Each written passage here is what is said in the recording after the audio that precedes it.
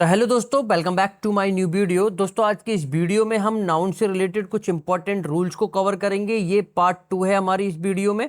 Part 1 में already बना चुका हूं नाउन से रिलेटेड, वो वीडियो अगर आपने नहीं देखी है तो ये जो आई बटन आपको दिख रहा है यहाँ पर क्लिक करके आप उस वीडियो पर पहुंच सकते हैं, और उस वीडियो का लिंक मैंने डिस्क्रिप्शन में भी दे रखा है, आप वहां से जाकर भी उस वीडियो को चेकआउट कर सकते हैं। तो चलिए दोस्तों, शुरू करते हैं। आज की इस वीडियो में हम क्या क्या कवर करेंगे। तो पहला पॉइंट हमारा आएगा डेफिनेशन, कि नाउन की डेफिनेशन क्या होती है। उसके बाद हम सीखेंगे कि हाउ टू मेक नाउन, कि नाउन किस तरीके से इंग्लिश ग्रामर में हम बना सकते हैं। उसके बाद हम कवर करेंगे काइंड्स ऑफ नाउन, यानी कि नाउन के प्रकार कौन कौन से होते हैं। उसके बाद कुछ इंपॉर्टेंट अदर रूल्स हैं जो आपकी यूपीटेट के एग्जाम के उद्देश्य से बहुत ज्यादा इंपॉर्टेंट है। तो चलिए वीडियो को शुरू करते हैं। तो हेलो दोस्तों, मैं हूं गौरव और स्वागत है आपका मेरे यूट्यूब चैनल टीचिंग बाय गौरव सर में। तो पहला हमारा पॉइंट आता है डेफिनेशन। डेफिनेशन नाउन की क्या होती है, ऑलरेडी आप सभी लोगों को पता है कि noun is a person, place और थिंग्स, यानी कि जो भी पर्सन के हमारे नाम होते हैं, पर्सन यानी कि जो भी व्यक्तियों के नाम होते हैं, जैसे राम, रीना, सोहन, मोहन, गीता, राहुल, आनंद, ये सभी क्या होते हैं, हमारे पर्सन के नाम होते हैं, और पर्सन का नाम ही हमारा नाउन कहलाया जाता है। उसके बाद आता है हमारा कोई भी प्लेस का नेम, जैसे आगरा, दिल्ली, मुंबई, है ना, ये सभी क्या होते हैं, हमारे एक प्लेस का हम नाम दे देते हैं, यही हमारा नाउन कहलाया जाता है। उसी तरीके से थिंग्स, यानी कि जो चीजों के नाम होते हैं, वस्तुओं के नाम होते हैं, जैसे नॉन लिविंग थिंग्स में हमारा iron, gold, silver, would, water, ये सभी क्या होते हैं, हमारी थिंग्स के नाम होते हैं। और इन थिंग्स को हम क्या बोल देते हैं, नॉन लिविंग थिंग्स बोल देते हैं, जो बेजान चीजें होती हैं। उसी तरीके से सेकंड थिंग्स आती है परसीव्ड थिंग्स। अब ये परसीव्ड थिंग्स क्या होती हैं दोस्तों, जो महसूस की जाने वाली चीजें होती हैं, वही हमारी परसीव्ड थिंग्स कहलाई जाती हैं। जैसे हमारा काइंडनेस यानी कि दयालुता जो होती है, हैप्पीनेस हुआ यानी कि जो खुशी होती है, ऑनेस्टी ईमानदारी, पेन यानी कि दर्द, टेस्ट यानी कि स्वाद, ये सभी ऐसी चीजें होती हैं जिसको हम सिर्फ महसूस कर सकते हैं। इनका ना कोई कलर होता है, ना रंग होता है, ना रूप होता है, ना आकार होता है, ना वजन होता है। ये सभी क्या होती हैं, सिर्फ महसूस की जाने वाली वस्तुएं होती है, और इन्हीं को हम परसीव्ड थिंग्स के नाम से जानते हैं। चलिए बढ़ते हैं आगे। नाउन वर्ड्स, यानी कि नाउन को किस तरीके से बनाया जा सकता है इंग्लिश ग्रामर में। तो दोस्तों याद रखना, वर्ड में हम NESS लगाकर नाउन को बना सकते हैं। जैसे काइंड में हमने NESS लगाया, बन गया काइंडनेस। जैसे ही हमने NESS देखा तो ये क्या बन जाएगा, नाउन बन जाएगा। क्योंकि केवल अगर हम काइंड की बात करें तो इसका ये एडजेक्टिव होगा, यानी कि काइंड का मतलब होगा दयालु, और काइंड के बाद कोई ना कोई एक पर्टिकुलर नाम की हमें जरूरत होगी, जैसे काइंड बॉय, काइंड गर्ल। तो काइंड बॉय, बॉय जो आ रहा है ना, ये हमारा नाउन होगा, और नाउन के लिए आने वाले शब्द काइंड क्या बन जाएगा, एडजेक्टिव बन जाएगा। लेकिन काइंड के आगे अगर हमने NESS नेस लगा दिया तो अब ये नाउन बन जाएगा। इस बात को आपको ध्यान में रखना है। उसी तरीके से हैप्पीनेस, है ना, जैसे यहां पर मैंने कुछ एग्जाम्पल भी दे रखे हैं।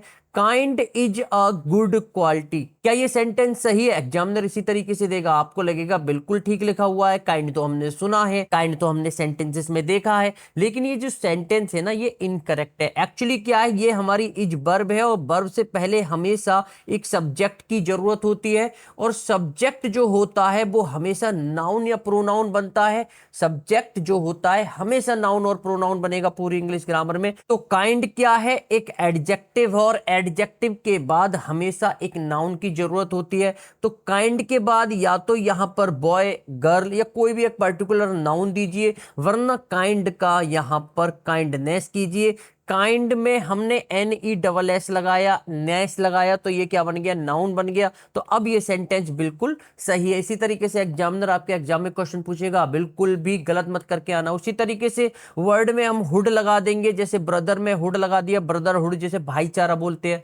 चाइल्ड में हुड लगा दिया, चाइल्डहुड बन गया। उसी तरीके से वर्ड में हम TION या SION लगाकर हम नाउन बना सकते हैं। क्रिएट का क्रिएशन हो जाएगा, टर्मिनेट का टर्मिनेशन हो जाएगा, डेकोरेट का डेकोरेशन हो जाएगा, एक्सटेंस का एक्सटेंशन हो जाएगा। उसी तरीके से वर्ड में TH लगाकर ग्रो का ग्रोथ हो जाएगा, बॉर्न का बर्थ हो जाएगा। तो आपको ये चीजें ध्यान में रख लिए। अगर शब्द में ANCE या ENCE हम लगा देते हैं तो वो नाउन बन जाएगा। जैसे इंपॉर्टेंस हुआ, प्रेजेंस हुआ, एब्सेंस हुआ, एरोगेंस हुआ, आप देख सकते हैं इनके लास्ट में ENCE या ANCE दिखाई दे रहा है। जब हम इनको लगा देते हैं तो हमारा जो शब्द है नाउन बन जाता है। उसी तरीके से वर्ड में ITY या TY लगाकर, जैसे यूनिटी हुआ, इक्वलिटी हुआ, प्योरिटी हुआ, TY या ITY लगाकर हम नाउन बना सकते हैं। उसी तरीके से शब्द में हम MENT लगाकर, जैसे मूवमेंट, मूवमेंट, मैनेजमेंट, आप देख सकते हैं लास्ट में मेंट आ रहा है।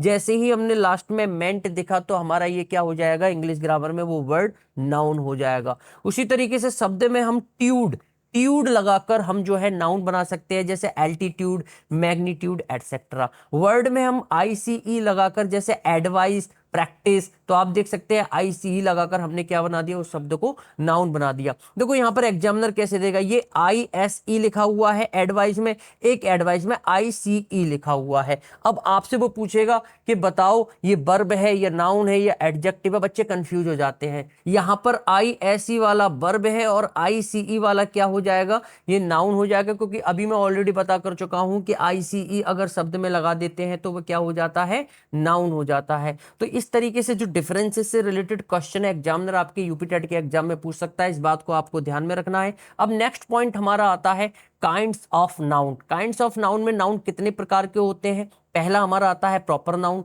दूसरा कॉमन नाउन, तीसरा कलेक्टिव नाउन, चौथा मटेरियल नाउन, पांचवा अबस्ट्रैक्ट नाउन। अब ये काइंड्स ऑफ नाउन किस तरीके से पहचाने, तो दोस्तों यहां पर हम प्रॉपर नाउन को समझते हैं। तो यहां पर मैं अपनी भाषा में आपको समझाना चाहूंगा, जैसे आपके पास कोई लड़का है और लड़के को आपने नाम दे दिया राम दे दिया या राहुल दे दिया, या कोई लड़की है उसको नाम दे दिया रीना या मीना, तो ये सभी क्या हो जाएंगे, हमारे प्रॉपर नाउन हो जाएंगे। यानी कि आप अगर किसी पर्सन को, किसी व्यक्ति को, किसी प्लेस को कोई एक पर्टिकुलर नाम देते हैं तो जो पर्टिकुलर नाम होगा वही हमारा प्रॉपर नाउन कहलाया जाएगा। जैसे कि मेरा ये मोबाइल रखा हुआ है, आप देख सकते हैं, इस मोबाइल का हमने, मोबाइल क्या है, अभी कोई इनमें पर्टिकुलर नाम नहीं है मोबाइल, लेकिन इस मोबाइल को हमने नाम दे दिया OnePlus। तो ये OnePlus जो हमने पर्टिकुलर नाम दिया इस मोबाइल को, यही हमारा प्रॉपर नाउन हो जाएगा। क्योंकि मोबाइल तो बहुत सारे हैं, मोबाइल आपके पास भी है, मोबाइल मेरे पास भी है, लेकिन अगर इस वस्तु को, इस चीज को हमने पर्टिकुलर नाम दे दिया, जैसे OnePlus आपने नाम दे दिया सैमसंग, तो यही क्या हो जाएगा, हमारा प्रॉपर नाउन हो जाएगा। तो अब आप अपने घर में पता कीजिए कौन कौन सी चीजों को आप नाम दे सकते हैं, कौन कौन से पर्सन को आप नाम दे सकते हैं, तो जो भी आप नाम दे रहे हैं वो क्या हो जाएगा, प्रॉपर नाउन। उसी तरीके से कॉमन नाउन क्या होता है, तो दोस्तों जो नाम दे रहे हैं, जैसे राम और राहुल हमने नाम दे दिया, ये दोनों क्या हैं, आप कहोगे सर ये दोनों तो बॉय हैं, तो इन दोनों में एक कॉमन चीज निकल कर आई जो होगा बॉय। ये दोनों क्या है, लड़के हैं, तो जो कॉमन चीज, कॉमन नाउन निकल कर आता है वही हमारा कॉमन नाउन कहलाया जाता है। उसी तरीके से रीना और मीना, ये दोनों बताओ क्या है, आप कहोगे दोनों सर ये लड़की हैं, तो जब लड़की हैं तो जो कॉमन चीज है उनमें क्या है, ये गर्ल है, गर्ल क्या हो जाएगा, कॉमन नाउन हो जाएगा। और गर्ल और बॉय को हम पर्टिकुलर नाम दे तो वो क्या हो जाएगा, प्रॉपर नाउन हो जाएगा। उसी तरीके से टीचर हुआ, पेन हुआ, मोबाइल हुआ, ये सभी क्या है, कॉमन नाउन है, इनको हम नाम दे सकते हैं, मोबाइल को नाम दे सकते हैं, पेन को, टीचर को नाम दे सकते हैं, तो ये सभी क्या हो जाएंगे, इनको नाम देने वाले जो शब्द हैं वो हमारे प्रॉपर नाउन, और जिनको नाम दिया जा रहा है वो कॉमन नाउन। ठीक है, अगला आता है दोस्तों हमारा कलेक्टिव नाउन। कलेक्टिव नाउन क्या होता है, it is the name of collection of person and things treated and spoken together as a whole. यहां पर मैं हिंदी में आपको समझाना चाहूंगा, कलेक्टिव नाउन जो होता है वो किसी भी पर्सन और थिंग्स के कलेक्शन या ग्रुप के नाम को ही हम कलेक्टिव नाउन बोल देते हैं। जैसे यहां पर अपनी भाषा में आपको समझाना चाहूंगा, ये क्या है, एक सोल्जर है, ये भी एक सोल्जर है, ये भी एक सोल्जर है, इन सोल्जर्स का यहां पर क्या बन रहा है, एक ग्रुप बन रहा है, तो ये जो ग्रुप है यही कहलाई जाएगी आर्मी। यानी कि सोल्जर क्या हो जाएगा, यहां पर हमारा एक कॉमन नाउन हो जाएगा, ये सभी क्या है, कॉमन नाउन है, और इन कॉमन नाउन के ग्रुप को हमने नाम दे दिया आर्मी, तो आर्मी क्या हो जाएगा, एक कलेक्टिव नाउन हो जाएगा। उसी तरीके से ये एक प्लेयर, ये एक प्लेयर, ये एक प्लेयर, ये एक प्लेयर, ये भी एक प्लेयर, इन प्लेयर का यहां पर क्या है, एक ग्रुप है, तो इन प्लेयर के ग्रुप को हम जो नाम देंगे वो नाम दे देंगे टीम, तो टीम क्या हो जाएगा, एक कलेक्शन यानी कि ग्रुप का नाम है, तो यही कलेक्टिव नाउन हो जाएगा। उसी तरीके से स्वार्म, यहां पर आप देख सकते हैं ये छोटी छोटी क्या है, ये मक्खियां या मधुमक्खियां, ये कीड़े मकोड़े हैं, तो इन्हीं के ग्रुप को हमने जो नाम दे दिया कलेक्टिव नाउन कहला जाएगा, जिसे हम स्वार्म बोलते हैं। तो कलेक्टिव नाउन आपको पता चल गया कि किस तरीके से बनता है। अब यहां पर दोस्तों कुछ कलेक्टिव नाउन है जिनको आपको समझना बेहद जरूरी है। जैसे यहां पर हर्ड हुआ, हर्ड का मतलब क्या होता है? A group of herbivore animal, यानी कि जो केवल प्लांट्स खाते हैं उन्हीं जानवरों के झुंड को या ग्रुप को हम हर्ड बोल देते हैं। तो हर्ड ऑफ काउज हो जाएगा, हर्ड ऑफ बफेलो हो जाएगा, यानी कि हम हर्ड के साथ उन नाम को ऐड करेंगे जो शाकाहारी हैं, यानी कि जो प्लांट्स खाते हैं। उसी तरीके से पैक, पैक क्या होता है? A group of canine animal such as wolves और dog are also used to describe playing cards and packages containing multiple object, यानी कि उन ग्रुप, यानी कि वो जानवरों का ग्रुप जिन जानवरों के कैनाइन टीथ होते हैं, यानी कि नुकीले दांत होते हैं, उन नुकीले दांत वाले जानवरों के ग्रुप को हम क्या बोल देते हैं? पैक बोल देते हैं। जैसे भेड़िया यानी कि वॉल्व्स हुए, डॉग्स यानी कि कुत्ते हुए, तो यही सभी क्या होते हैं? जिनके नुकीले दांत होते हैं उनके ग्रुप वाले जानवरों को हम पैक बोल देते हैं। और also use to describe playing card, जो ताश के पत्ते होते हैं उनको भी हम क्या बोलते हैं? पैक बोलते हैं। पैकेजेस कंटेनिंग मल्टीपल ऑब्जेक्ट्स, यानी कि जो अलग अलग टाइप के ऑब्जेक्ट्स होते हैं पैकेजिंग के, वो भी हमारे पैक में काउंट होते हैं। उसी तरीके से flock, a group of words also used to discuss small hooved animal, यानी कि फ्लॉक हमारा एक ग्रुप का नाम होता है। ग्रुप के नाम को कलेक्टिव नाउन बोलते हैं। तो जो फ्लॉक है वो चिड़ियों के झुंड के लिए भी हम यूज कर सकते हैं। और जो छोटे छोटे एनिमल होते हैं, हूप्ड एनिमल, यानी कि जो गर्दन ऐसे हिला हिला कर चलते हैं, तो उन एनिमल्स के, छोटे छोटे एनिमल्स के लिए भी, उनके ग्रुप के लिए भी हम फ्लॉक का यूज कर सकते हैं। जैसे सीप, यानी कि जो भेड़ हुई या जो बकरियां, छोटी छोटी बकरियां होती हैं वो हुए, उनके ग्रुप को भी हम फ्लॉक में काउंट कर सकते हैं। उसी तरीके से स्वार्म हुआ, अ ग्रुप ऑफ इंसेक्ट्स और बीज, यानी कि जो छोटे छोटे कीड़े मकोड़े होते हैं या मधुमक्खियां या मक्खियां होती हैं, उनके ग्रुप को हम क्या बोल देते हैं? स्वार्म बोल देते हैं। उसी तरीके से शोल या school, a group of fish, यानी कि जो मछलियों का ग्रुप होता है उस ग्रुप का जो नाम होता है उसको हम स्कूल या सोल बोल देते हैं। तो आप दोनों में से कोई भी लगा सकते हैं। उसी तरीके से ग्रुप, ग्रुप तो आपको ऑलरेडी पता है, very general term used to describe people, places, things and animals, यानी कि जो एनिमल्स के नॉर्मल ग्रुप होते हैं, प्लेसेस के या लोगों के जो ग्रुप होते हैं, है ना, वो हमारे क्या कहलाए जाते हैं? ग्रुप कहलाए जाते हैं। उसी तरीके से क्राउड, क्राउड का मतलब होता है भीड़, usually used to describe a group of people, यानी कि जो लोगों का समूह होता है, ग्रुप होता है, उसी को हम क्या बोल देते हैं? क्राउड बोल देते हैं। मोब क्या होता है? देखो, क्राउड और मोब से रिलेटेड आपके यूपी टेट में क्वेश्चन बार बार पूछे जाते हैं। क्राउड का मैं ऑलरेडी मतलब बता चुका हूं, भीड़ होता है। मॉब का मतलब क्या होता है? गुस्से वाली भीड़ होता है, यानी कि a group of people who are angry, यानी कि जो बहुत गुस्से में तोड़ा फोड़ी कर रहे होते हैं, आगजनी कर रहे होते हैं, वो सभी क्या होता है? गुस्से वाली भीड़ होती है। और गुस्से वाली भीड़ को हम नाम दे देते हैं मॉब, है ना। एंग्री मॉब कभी नहीं बोलेंगे। एग्जामिनर मॉब के पहले एंग्री लगाकर देगा आपके सेंटेंसेस में, एरर के रूप में, फिलर के रूप में पूछ सकता है। तो कभी भी एंग्री मत लगाना, क्योंकि मॉब का मतलब ही होता है गुस्सैली भीड़, ठीक है। गैंग क्या होता है? Usually used to describe a group of criminal, criminal के ग्रुप को डिस्क्राइब जो करते हैं वो गैंग से करते हैं। Also use to describe a group of workers, यानी कि जो शिप्स पर, पानी के जहाज पर काम करते हैं उन्हें वर्कर्स बोलते हैं, तो उनके ग्रुप को भी हम गैंग बोल देते हैं। पर्टिकुलरली सेलर्स, जो नाविक वगैरह होते हैं, या डॉक वर्कर जो नाव के ऊपर काम वगैरह करने वाले होते हैं, ठीक है। आगे बढ़ते हैं। मॉब ऑलरेडी मैं बता चुका हूं, normally use to describe an angry और unruly group of people, also use to describe a group of kangaroo, यानी कि कंगारू के ग्रुप को भी हम मॉब बोल देते हैं। इस बात को भी आपको ध्यान में रखना है। और गुस्सैली जो भीड़ होती है उसको भी हम मॉब बोल देते हैं। लेकिन मॉब के पहले कभी भी एंग्री नहीं आएगा। मॉब का मतलब ही होता है गुस्सैली भीड़। क्रू का मतलब क्या होता है? Usually used to denote a group of workers, also used to describe aircraft, ships, personnel, यानी कि आप देख सकते हैं यहाँ पर जो वर्कर्स के ग्रुप होते हैं, यानी कि जो जहाजों पर, पानी के जहाजों पर काम करते हैं, उनके ग्रुप को हम क्रू बोलते हैं। डिस्क्राइब एयरक्राफ्ट, और जो हवाई जहाज के ऊपर काम करने वाले लोगों के ग्रुप होते हैं उनको भी हम क्रू बोल देते हैं, पानी के जहाज के ऊपर, ठीक है। तो ये सब चीजें आपको ध्यान में रखना है। कॉयर, कॉयर का मतलब होता है large organised group of singers, यानी कि जो गाने वाले होते हैं, सिंगिंग करने वाले लोग होते हैं, उनके ग्रुप को भी हम कॉयर बोल देते हैं। ऑर्केस्ट्रा क्या होता है? A large organised group of instrumentalist led by a conductor. यानी कि आपने देखा होगा जो गाना बजाते हैं, यानी कि बहुत सारे अलग अलग इंस्ट्रूमेंट होते हैं, है ना, अलग अलग ड्रम, साइड ड्रम वगैरह रखे होते हैं, तो उनके ग्रुप को, इंस्ट्रूमेंट के ग्रुप को हम क्या बोल देते हैं? ऑर्केस्ट्रा बोलते हैं। पैनल क्या होता है? इसको हम पीनल भी बोलते हैं। अ ग्रुप ऑफ एक्सपर्ट्स, यानी कि जो एक्सपर्ट्स का ग्रुप या समूह होता है उसको हम पीनल बोल देते हैं। बोर्ड क्या होता है? A group of people usually professionals who take on an advisory role, यानी कि जो एडवाइजरी रोल प्ले करते हैं उन लोगों के ग्रुप को, जो प्रोफेशनल होते हैं उनको हम बोर्ड बोल देते हैं। तो ये सब चीजें आपको ध्यान में रखना है। ट्रुप, ट्रुप क्या होता है? अ ग्रुप ऑफ एक्टर्स, यानी कि जो अभिनेताओं का ग्रुप होता है उसको हम ट्रुप बोल देते हैं। या एक्रोबेट्स हुआ, एक्रोबेट मतलब बहुत जाने माने लोग होते हैं।